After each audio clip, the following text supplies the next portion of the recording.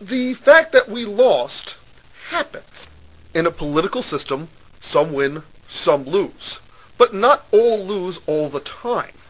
That's why when people make suggestions like, oh, well, we've got to change the rules of the Senate in order to make sure that we are able to pass our agenda, it's a very dangerous thing to do. Why? Because your side will not always be in power. I find it interesting that the very same quote-unquote nuclear option that was advocated by Republicans while the Democrats were in minority is now being advocated by the Democrats while the Republicans are in minority. Both sides are wrong on this, and both sides are only trying to appease their social movement lackeys. Your side losing does not justify some of the crap that I heard at some of these tea parties. Things like, Obama has a super secret plan to make us all communists. No, he doesn't. He wants to radically increase the size of government and its purview in the lives of ordinary citizens. That should be bad enough, but he is not a communist. And anyone saying that and believing it should really calm down and think the statement through. Or, he should be impeached. Why?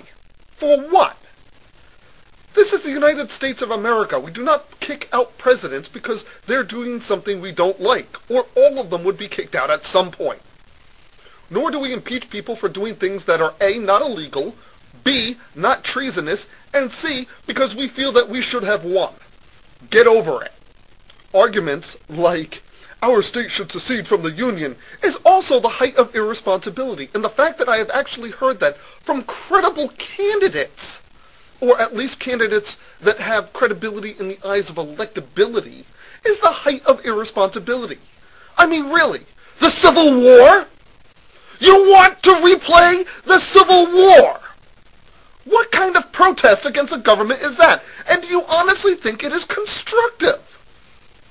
Both sides need to grow up and let legislators and policymakers do their job. If we do not like the job that they are doing, then we can oust them in the next re-election bid. Having campaign antics, which is already at a fever pitch, continuously, non-stop, in the modern political context, is not a way to continue. Nor should I continue with this political rant. The reason that this first article is actually pertaining to this is because of the vein in which I want other articles to continue. There are things that I will say that people will disagree with. What I hope for is both logic and civility when presenting your counter-arguments. That is what we should be. That is what we should be at our height. And in a world where we have so many options in terms of what we listen to, what we watch, what we think, how we think, we should be expanding our opinions, not closing them off to essentially the intellectual equivalent of the WWF. I'm not going to continue any further with the political rant. I am going to make an effort to put at least one article out a week. I'm certainly going to hold myself to it, and I expect everybody else to hold me to it as well.